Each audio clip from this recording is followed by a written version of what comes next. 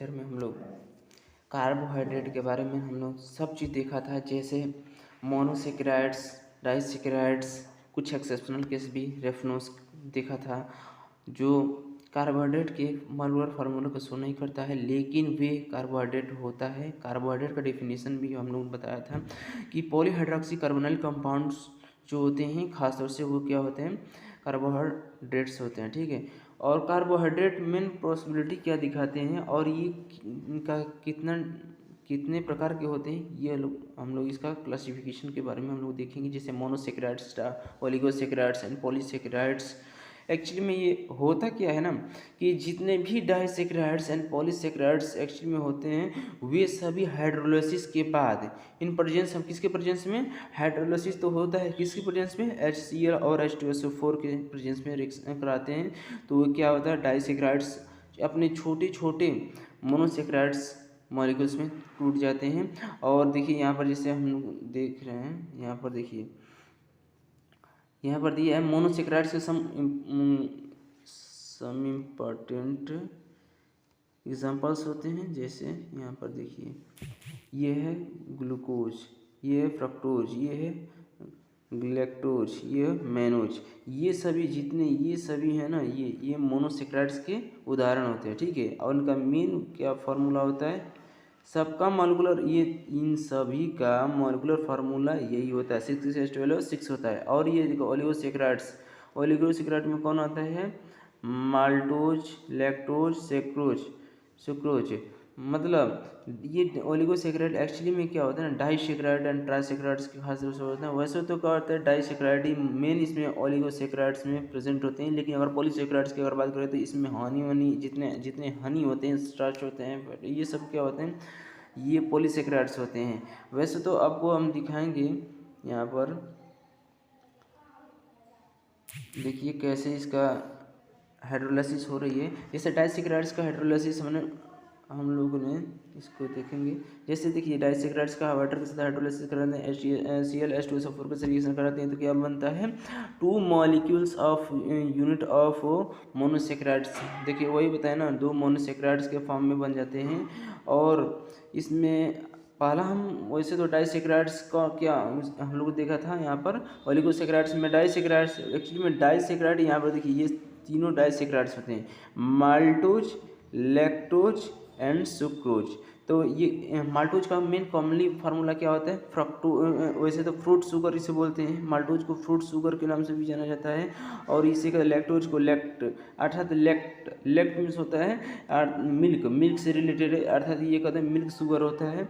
और सुक्रोज ये क्या होता है, कैन शुगर होता है। ठीक, और इसकी हाइड्रोलाइसिस ये देखिए सब में हाइड्रोलाइसिस यहाँ करा रहे हैं तो ये क्या बनता है, वैसे तो क्या होते हैं 1 ग्लूकोज। ठीक है, ये क्या बनता है, माल्टोज बनाता है, 1 ग्लूकोज। उसमें भी अगर देखा जाए तो वैसे तो तीनों में क्या होते हैं, जैसे maltose, lactose, sucrose, alpha D, beta D और अल्फा डी, बीटा डी। खास तौर से ये कन्फिग्रेशन इसका होता है। और देखेंगे हम लोग ये मेन इसका क्या होता है ना, किस में टूटता है तो 1 ग्लूकोज एन का होता है। ये लैक्टोज किस में टूटता है, 1 ग्लूकोज 1 लैक्टोज, 1 ग्लूकोज और 1 फ्रक्टोज में सुक्रोज टूटता है। ठीक है, तो इसका मेन क्या होता है ना, शुगर का मॉलिक्यूलर फार्मूला यही होता है, इसको हम लोग देख लेंगे। ठीक, अब आगे हम लोग देखेंगे, जैसे देखिए यहाँ पर जैसे दिया है कन्फिग्रेशन, खास तौर से कन्फिग्रेशन हो। वैसे तो कन्फिग्रेशन का मतलब ये होगा कि D और L फॉर्म को हम कन्फिग्रेशन खास तौर से देखेंगे। जैसे देखिए इसमें दिया है कायरल कंपाउंड, कायरल कार्बन यहाँ पर दिया है। कायरल कार्बन का मतलब वो होता है ऐसे कंपाउंड्स जिनकी ऐसे कंपाउंड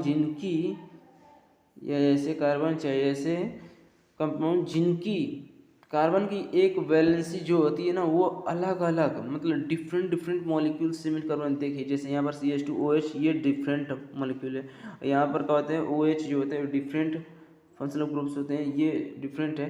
तो कहने का मतलब ये है एक मतलब 4 valency of carbon different type की होनी चाहिए, तो वही होता है कायरल कार्बन होता है, इसी को कायरल कार्बन कहते हैं। ठीक है, और दिस मॉलिक्यूल्स को कायरल मॉलिक्यूल्स पूरा बोलते हैं। और देखिए यहाँ पर ये फंक्शन ये खास तौर से किसकी होती है, डी, यहाँ पर ये D form of the glyceraldehyde और यल फॉर्म ऑफ द ग्लिसरॉल्डिहाइड। इसमें मतलब क्या होता है, डी फॉर्म कैसे हम डिसाइड करेंगे और एल फॉर्म कैसे डिसाइड करेंगे, इसमें कन्फिग्रेशन में हम लोग देखेंगे। जैसे अगर दाएं साइड, मैंने डी का मतलब दाएं साइड अगर ओ एच प्रेजेंट है तो समझ जाइएगा कि ये होता है डी फॉर्म, ठीक।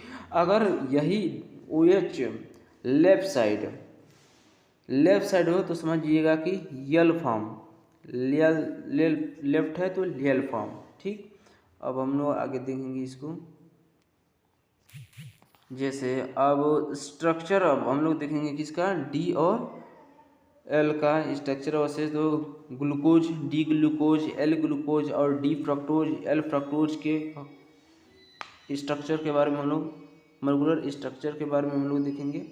जैसे यहाँ पर दिया है, देखिए वैसे तो ग्लूकोज C6H12 होता है और फ्रक्टोज भी मॉलिक्यूलर फार्मूला वही होता है, लेकिन अंतर क्या होता है ना, डिफरेंस इसमें क्या होता है, डिफरेंस इसमें केवल फंक्शनल ग्रुप्स का में डिफरेंस होता है। जैसे इसमें क्या होता है कि ग्लूकोज में क्या होता है, ग्लूकोज में देखिए ये एल्डिहाइड ग्रुप प्रेजेंट होता है, ये इसमें क्या होता है, फ्रक्टोज में कीटोनिक ग्रुप प्रेजेंट होता है। बस इतना ही डिफरेंस है ग्लूकोज और फ्रक्टोज में।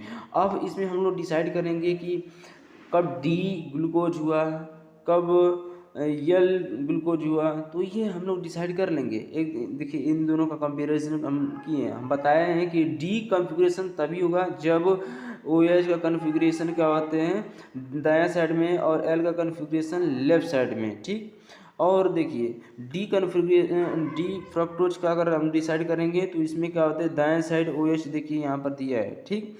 तो ये वैसे तो बता दिए कि फ्रक्टोज में केवल कीटोनिक ग्रुप यहाँ पर है, तो वो तो हो ही गया, कॉमन है भाई, जाहिर सी बात है। और इसके बाद हम डी और एल का कॉन्फ़िगरेशन केवल दाएं साइड ओ एच होगा तो डी हो जाएगा, और फ्रक्टोज तो भाई कीटोनिक ग्रुप है तो भाई जाहिर सी बात होगा। और इसी में लेफ्ट साइड अगर होगा तो समझिए कि यल फ्रक्टोज हुआ, ठीक। इतना ही है। और इसके आगे हम लोग देखेंगे, वैसे तो बायोमॉलिक्यूल्स का मॉलिक्यूलर स्ट्रक्चर ऑफ बहुत इम्पोर्टेंट होता है। और इसमें हम लोग देखेंगे कि कैसे ग्लूकोज मॉलिक्यूल कैसे एक दूसरे से जुड़कर एक कैरलिटी को फॉर्म मैंने रिंग के फॉर्म में एग्जिस्ट करता है। आगे इसके रिंग फॉर्म को भी हम लोग देखेंगे। जैसे यहाँ पर देखिए रिंग लाइक स्ट्रक्चर कैसे फॉर्म करता है। वैसे तो क्या करता है, देखिए यहाँ से क्या होता है, यहाँ पर दिखा रहे हैं आपको कि यहाँ पर देखिए ये यहाँ से कॉन्फ़िगरेशन ये करता है और यहाँ पर माइनस चार्ज डेवलप करता है और देन यहाँ पर पॉजिटिव चार्ज डेवलप करता है, ठीक। अब क्या करेगा कि ये यहाँ से जो यहाँ से ये वाला एच क्या करेगा, ओ एच खासतौर से ये वाला यहाँ से देखिए ये वाला आकर यहाँ से जुड़ जाएगा, ठीक है। वैसे तो वाटर यहाँ से निकालेगा और देन कंडीशन एक बनाता है यहाँ पर, अब वो यहाँ पर जुड़ जाएगा और ये एक स्ट्रक्चर बन जाता है। बस इतने, ये रिंग फॉर्म एग्जिस्ट करेगा अंत में जाकर, ठीक है। तो ये डी ग्लूकोज का हम लोग ने देखा था और आगे हम लोग देखेंगे। जैसे देखिए यहाँ पर हाँ साइक्लिक रिंग स्ट्रक्चर अब हम लोग देखेंगे किसका। जैसे हम बताए थे कि इसमें रिंग स्ट्रक्चर कैसे एग्जिस्ट कर रहा है। जैसे साइक्लिक रिंग, वैसे तो क्या होता है ग्लूकोज की साइक्लिक रिंग कैसे बनती है वही हमने अभी बताया था कि अल्फा डी ग्लूकोज खास तौर से और बीटा डी ग्लूकोज कैसे होता है ये हम लोग देखेंगे। तो देखिए इसमें देखिए HO मतलब OH देन H फिर OH, ये इतना चीज़ जो होता है ना, इतना वैसे तो इतना सब कॉमन होता है और देखिए इसमें भी क्या होता है उतना ही कॉमन होता है, ठीक। अब हम लोग डिसाइड कैसे करेंगे कि ये अल्फा डी ग्लूकोज है कि बीटा डी। वैसे तो डी ग्लूकोज का हम बताए हुए किए हैं कि डी ग्लूकोज में खास तौर से यहाँ पर क्या होता है OH था ही दाएं साइड में, इसमें भी OH दाएं साइड में था। लेकिन अब अल्फा और बीटा कैसे डिसाइड करेंगे, अब इसको हम लोग खास तौर से देखेंगे। जैसे देखिए यहाँ पर ऊपर यहाँ पर देखिए क्या, यहाँ पर configuration of the C1 carbon, इसको C1 कार्बन को क्या बोलते हैं, हेमी एसिटल कार्बन भी बोलते हैं, C1 कार्बन, ठीक है। यहाँ पर HOH का क्या होते हैं, चेंज होता है तो इसी को एनोमर बोलते हैं। वैसे तो अल्फा डी ग्लूकोज और बीटा डी ग्लूकोज एक दूसरे के क्या होते हैं, एनोमर्स होते हैं, ठीक है, एनोमर्स होते हैं। और अल्फा डी ग्लूकोज और बीटा डी ग्लूकोज हम लोग खास तौर से देखेंगे। तो इसमें क्या होता है कि C1 कार्बन पर, देखिए यहाँ पर दिखा रहे हैं, C1 कार्बन पर, C1 कार्बन ये जो होता है ना, C1 कार्बन, ये C1 कार्बन है। C1 कार्बन इसी को हेमी एसिटल कार्बन के नाम से भी जाना जाता है, क्योंकि एसिटल ग्रुप एक्चुअली में क्या होता है ना कि यहाँ पर देखिए C1 कार्बन कॉन्फ़िगरेशन का मतलब अल्फा डी और बीटा डी, अल्फा केवल अल्फा से हमको डिसाइड करना है, क्योंकि हम डी ग्लूकोज का कॉन्फ़िगरेशन यहाँ पर दाएं साइड में हम लोग OH यहाँ पर देख लिए। लेकिन लेकिन लेकिन अब हम C1 पर देखेंगे कन्फिग्रेशन ऑफ OH। तो देखिए इसमें क्या होता है, अगर दाएं साइड OH प्रेजेंट है तो L कन्फिग्रेशन होगा, और जाहिर सी बात है कि अगर यही बाएं साइड में अगर होगा तो समझिए लेफ्ट साइड में होगा तो ये समझिए बीटा हो जाएगा। देखिए ये अब आगे हम लोग देखेंगे, जैसे कन्फिग्रेशन ऑफ द क्या होते हैं, configuration of the glucose cyclic ring form structure होता है। इसके बाद मेन कन्फिग्रेशन होगा, ठीक। इसके बाद ग्लूकोज रिंग खास तौर से अगर देखें तो इसमें क्या होता है, किसको डिसाइड करता है, ग्लूकोज रिंग किसको डिसाइड करता है, पायरोनोज, अर्थात पायरोनोज रिंग इसलिए करते हैं क्योंकि पायरोन से रिलेटेड होता है। और अल्फा डी ग्लूकोज, देखिए यहाँ पर लिखा है कि अल्फा डी ग्लूकोज को पायरोनोज रिंग भी कहते हैं, क्योंकि इसमें 6 का होते हैं, 6 मेंबर पायरोनोज को रिलेट करता है, कंपेयर करता है, एक दूसरे से क्या होते हैं, रिलेट करते हैं, ठीक। अब इसको आगे हम लोग देखेंगे, जो रिंग फॉर्म स्ट्रक्चर है ग्लूकोज, अल्फा डी ग्लूकोज का, बीटा डी ग्लूकोज का। तो यहाँ पर दिया, जैसे देखिए अल्फा डी ग्लूकोज में क्या है, केवल कन्फिग्रेशन बताए हैं कि अल्फा और बीटा का कन्फिग्रेशन केवल अगर देखें तो क्या होता है, देखिए OH इसमें नीचे की साइड, यही तो कन्फिग्रेशन बोले हैं, और देखिए इसमें ऊपर की साइड है, ठीक है। तो अल्फा डी और डी तो वैसे बताएं कि क्या होते हैं, अगर दाएं साइड होगा और ये राइट साइड होगा, समझिए लेफ्ट राइट साइड होगा तब समझिए ये क्या होता है, डी ग्लूकोज होगा, ठीक है। तो दोनों में क्या होता है, डी वैसे तो H कन्फिग्रेशन हो ये है, तो HOH में कन्फिग्रेशन हम लोग कर देख लेंगे, ठीक है। और देखिए ये सभी में देखिए कन्फिग्रेशन सेम है। देखिए HOH सब, देखिए इसमें भी क्या होते हैं, OH सेम साइड है, इसमें भी OH है, यहाँ पर भी क्या होते हैं, H है, यहाँ पर भी H है, यहाँ पर भी OH है, यहाँ पर भी OH है, केवल रिंग फॉर्म एग्जिस्ट वही करेगा, सेम है। और लेकिन इसमें ऑप्टिकल रोटेशन अगर देखें तो इसमें ऑप्टिकल रोटेशन 112 डिग्री होता है, और इसमें अगर देखें तो परसेंटेज के फॉर्म में देखें तो 36% बनाता है ये फॉर्म, और ये 64% बनाता है। और ये ऑप्टिकल रोटेशन इसका कितना होता है, 18.5 डिग्री होता है।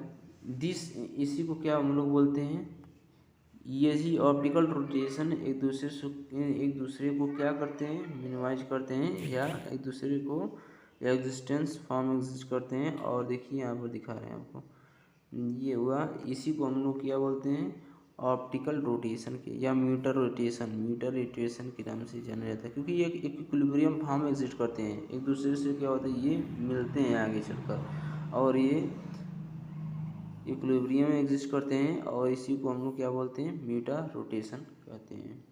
आगे हम लोग देखेंगे कि ये बायोमॉलिक्यूल्स का इम्पोर्टेंट स्ट्रक्चरल फॉर्म होते हैं, जैसे यहाँ पर देखिए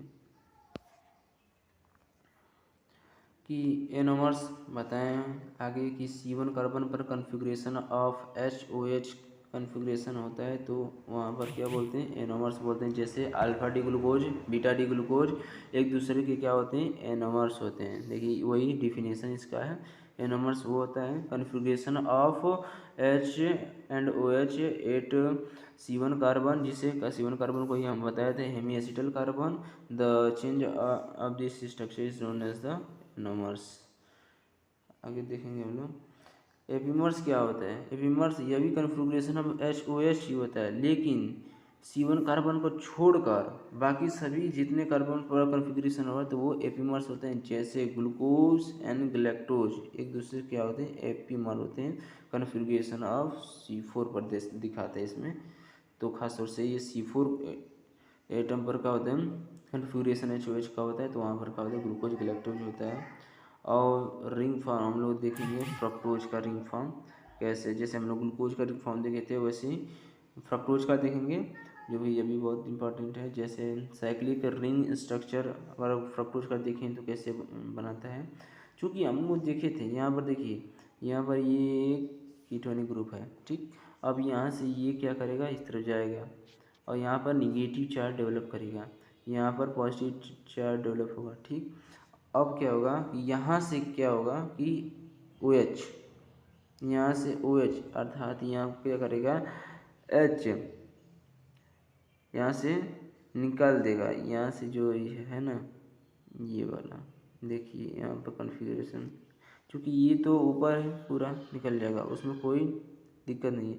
अब केवल अगर देखें तो हम लोग HOH का कन्फिग्रेशन यहाँ पर OH यहाँ से ये आकर लग जाएगा और ये एक पूरा ये वाला स्ट्रक्चर फॉर्म करेगा, ठीक।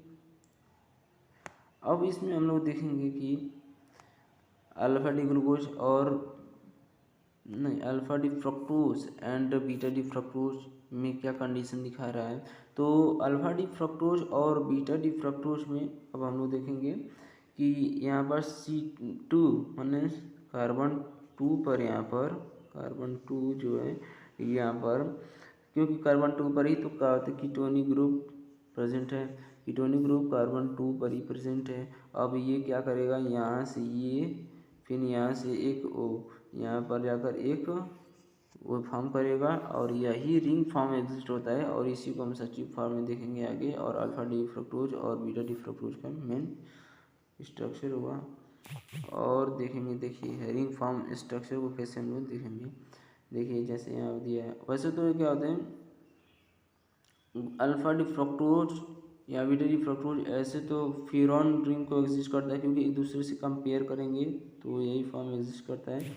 जैसे फ्रक्टोज खास तौर से फ्यूरॉन से जुड़ता है, ठीक है। फ्यूरॉन का फॉर्म स्ट्रक्चर फॉर्म करता है जिसमें अल्फा डी फ्रक्टोज और बीटा डी फ्रक्टोज का ये साइक्लिक रिंग फॉर्म स्ट्रक्चर होता है। ये साइक्लिक रिंग फॉर्म स्ट्रक्चर होता है अल्फा डी फ्रक्टोज का और बीटा डी फ्रक्टोज का। अब हम लोग देखेंगे आगे,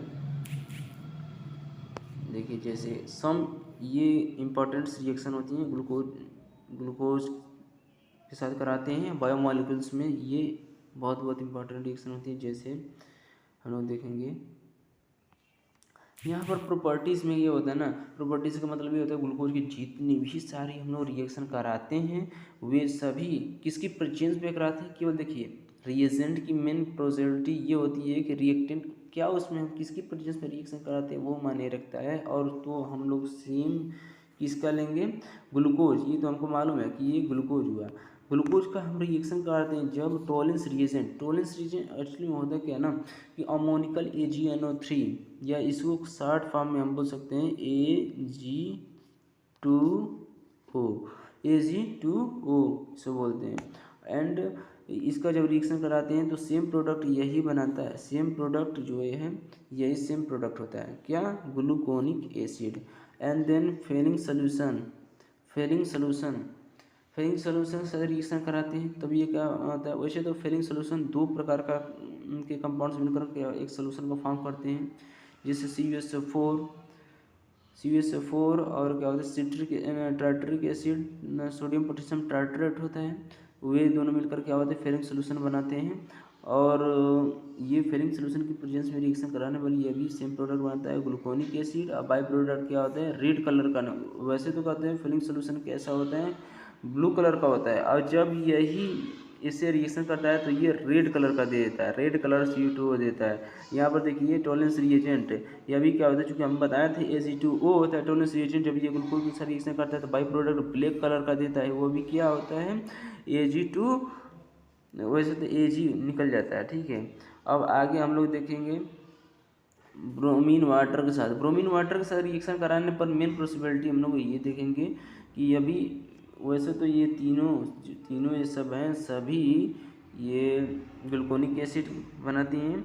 और जब हम रिएक्शन कराते हैं किसके साथ, कंसंट्रेट HNO3 के साथ, तो ये very very important, very very important, very very important.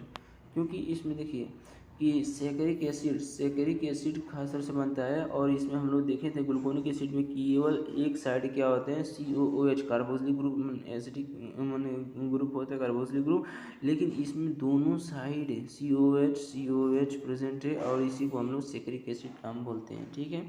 और शुगर का अगर टॉलरेंस रिएजेंट के साथ रिएक्शन करते हैं तो ये सभी क्या होते हैं रिड्यूसिंग शुगर फॉर्म करते हैं। लेकिन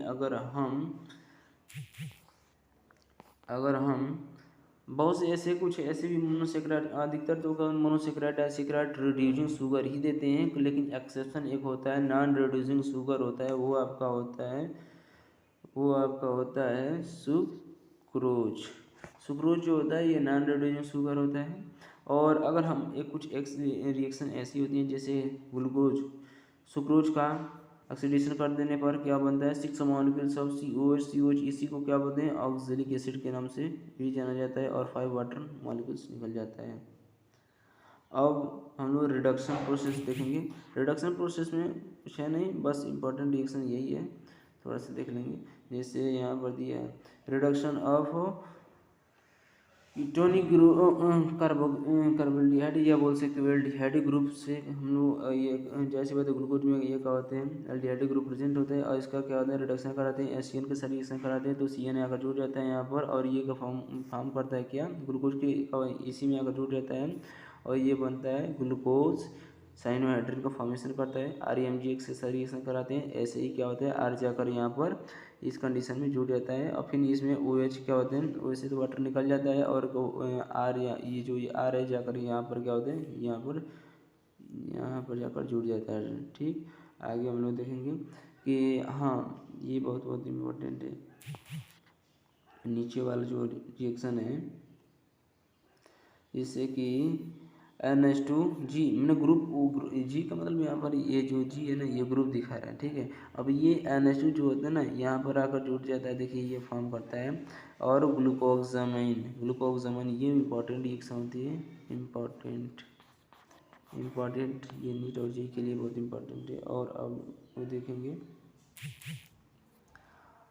ये रिएक्शन बहुत बहुत इम्पोर्टेंट है जिसमें हम लोग रिएक्शन कराते हैं रिएक्शन विद हाइड्रोजन। वैसे तो हाइड्रोजन होता क्या है, जैसे देखिए यहाँ पर ये हाइड्रोजन होता है NH2 को ही हाइड्रोजन बोलते हैं। और जब यही हाइड्रोजन क्या होता है जब एल्डिहाइड ग्रुप से रिएक्शन करता है तो ये क्या करता है कि केवल यहाँ से क्या होता है, देखिए यहाँ पर वाटर ग्लूकोज का O और क्या होता है हाइड्रोजन का एक H2 मिलकर तुरंत वाटर रिप्लेस कर देते हैं, वाटर रिप्लेस कर देते हैं। इसके बाद ये स्ट्रक्चर को फॉर्म करते हैं, और सब कॉमन है वही उसी तरह कॉमन है, और इसी ग्लूकोज हाइड्रोजन बोलते हैं। फिर then 2 molecules of the hydrogen लेते हैं, और फिर वैसे ही रिएक्शन करने के बाद ये दो फॉर्म एग्जिस्ट करता है, और इसी को हम लोग क्या होते हैं मेन इम्पॉर्टेंट है ये ओसाजोन का फॉर्मेशन होता है, और ये इम्पॉर्टेंट है। और एक क्वेश्चन भी पूछा गया था जो नीट में शायद नीट में पूछा था, जिसमें पूछा था कि ओसाजोन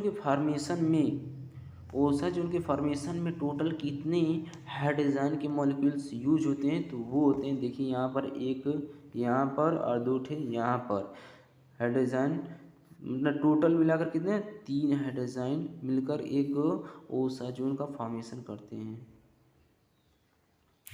अब आगे देखेंगे हम लोग जैसे ये रिडक्शन ऑफ OH के बारे में हम लोग देखेंगे। जैसे यहाँ पर रिडक्शन ऑफ OH। तो ये आपका हुआ ग्लूकोज। जब इसका रिएक्शन कराते हैं, देखिए ये PCl5 PCl3 और SOCl2, ये कोई एक ही इसमें से लेंगे, या तो PCl5 लेंगे तभी भी यही रिएक्शन हो देगा और यही प्रोडक्ट भी बनाएगा, और ये बाई प्रोडक्ट ये भी यही सब निकल। लेकिन ये कंडीशन केवल ये होता है ना कि अब जैसे में PCl3 होता है तो PCl3 की प्रेजेंस में रिएक्शन कराएंगे तो मेन प्रोडक्ट यही बनेगा, बाई प्रोडक्ट अलग अलग निकल सकता है, उसमें कोई वो नहीं है। और लेकिन PCl5 के प्रेजेंस में रिएक्शन कराएंगे तो ये प्रोडक्ट बनेगा कौन, पेंटाक्लोरो ग्लूकोज। और SO2Cl2 के साथ रिएक्शन कराएंगे, SOCl2 के साथ रिएक्शन करेंगे तो यही मेन प्रोडक्ट। वैसे तो प्रोडक्ट ही पूछा जाता है मेन रिएक्शन में। और आगे हम लोग देखेंगे जैसे रेड फास्फोरस के साथ रिएक्शन कराते हैं जब, तब क्या बनता है, देखिए रेड फास्फोरस के साथ रिएक्शन कराते हैं, ये आपका हुआ कौन सा, ग्लूकोज। ग्लूकोज रेड फास्फोरस के साथ रिएक्शन कराने पर ये क्या बनता है।